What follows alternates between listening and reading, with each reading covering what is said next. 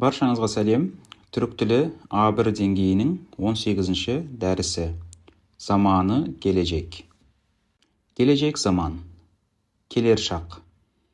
Келешек заманның жалғаулары ажак, эжек. Етістігіміздің соңғы буынындағы дауысты дыбысқа қарап, ажак немесе эжек осы екі жалғаудың бірін жалғаймыз. Егер дауысты дыбысымыз жуан болса ажак, жіңішке болса эжек жалғанады. Ал егер етістігіміз дауысты дыбыспен аяқталатын болса, онда бұл жалғаулардың арасына кайнаштырма харфи е қойылады. Мысалдарды оқиық. Бүгін іштен biraz erken çıkacağım. Ajak ejek жалғауынан кейін жіктік жалғауын жалғаймыз. Бүгін жұмыстан biraz ерте шығамын. Шығамын им, үм. Бұл бірінші жақтың жекеше түріндегі жіктік жалғауы. Ажакты жалғадық, және сіздер білесіздер, П, Ч, Т, К осы төрт әріп өзінен кейін дауысты дыбыспен басталатын жалғау жалғанған кезде Б, Ж, Д, Г немесе юмышак Г болып өзгереді. Міне, ажактан кейін дауысты дыбыспен басталатын жалғау жалғанғандықтан К әрпіміз бұл жерде де юмышак Г болып өзгеріп тұр. Yakında başka bir şehre taşınacağız. Жуырда, жақын уақытта басқа бір қалаға көшеміз.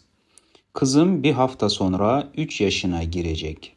Aynı hatayı bir daha yapmayacağım.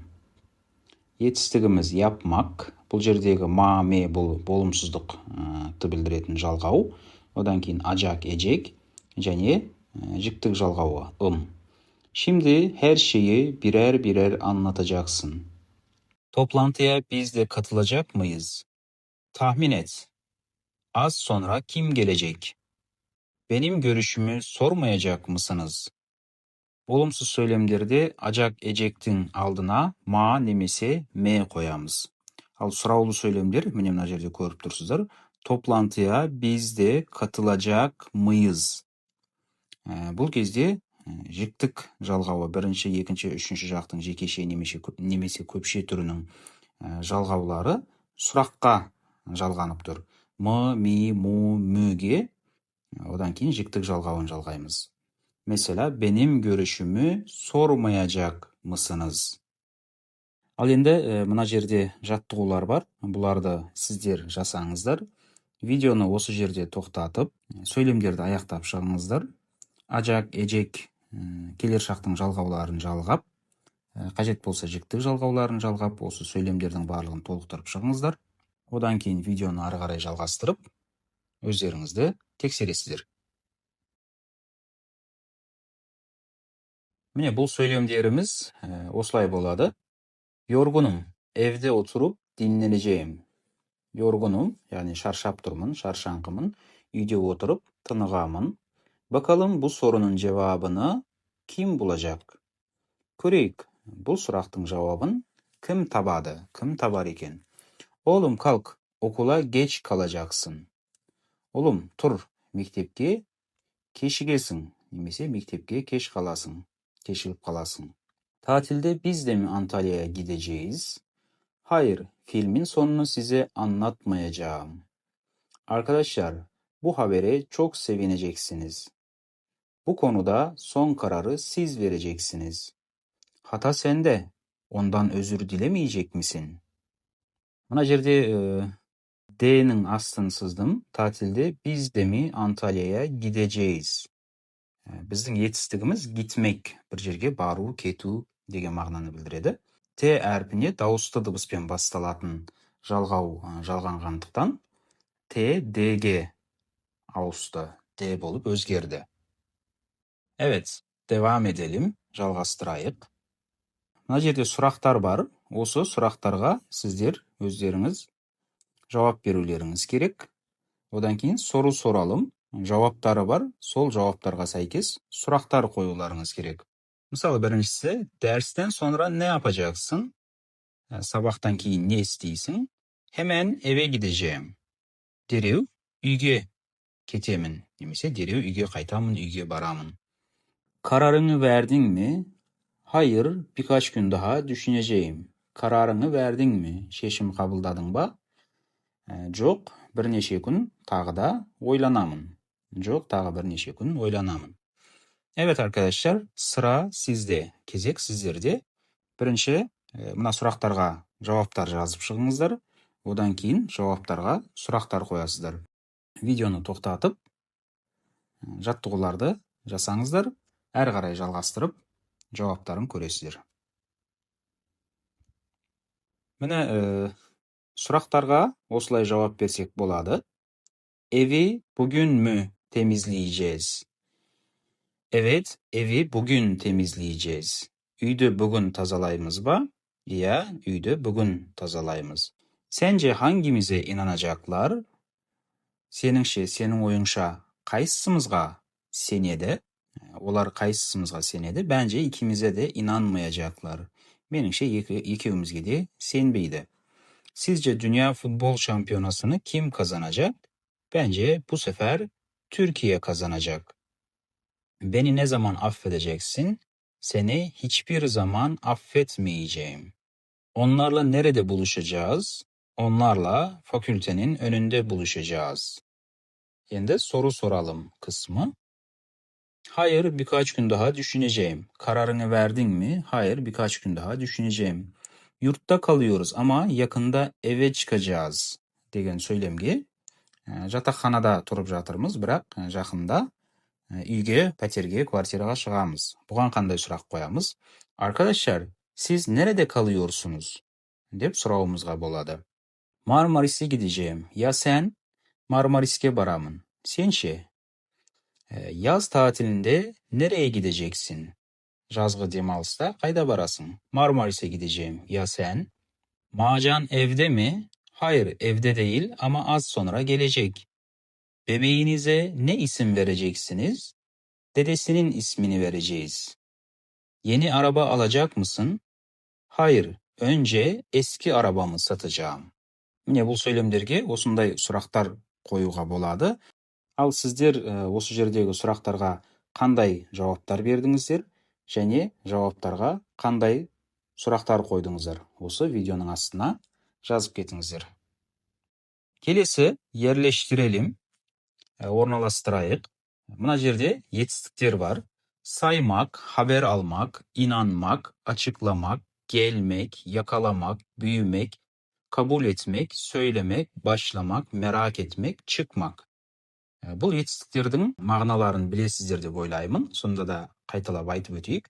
Saymak, sanau, haber almak, bir хабар алу, inanmak, сену, açıklamak, bir нәрсені түсіндіру, gelmek, келу, yakalamak, ұстап алу, büyümek, өсу, kabul etmek, қабылдау, söylemek, айту, başlamak, бастау, merak etmek, уайымдау, çıkmak, шығу.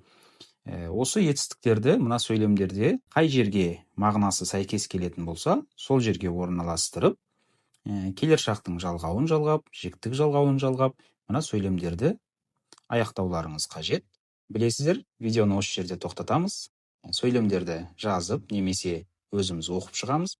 Одан кейін әрі қарай жалғастырып, дұрыс жауабын көреміз. Söylemlerimizдің дұрысы мына көріп тұрғандарыңыздай. Gözlerimi kapatıp 10'a kadar sayacağım. Gözlerimde жұмып, 10'a дейін санаймын. Sence teklifimi kabul edecek mi? Senin oyunша, seninше, ұсынысымды қабылдайды ма? Odanı toplamadan evden çıkmayacaksın. Bölmeni жинамай үйден шықпайсың. Filmin sonunda polis katili yakalayacak.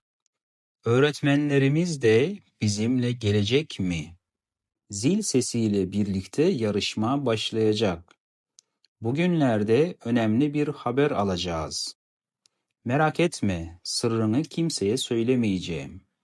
Sen hiç büyümeyecek misin? Geç kalıyoruz. Annem merak edecek. Anlatacağım ama inanmayacaksın. Çok merak ediyorum doğrusu. Bu durumu ailene nasıl açıklayacaksın?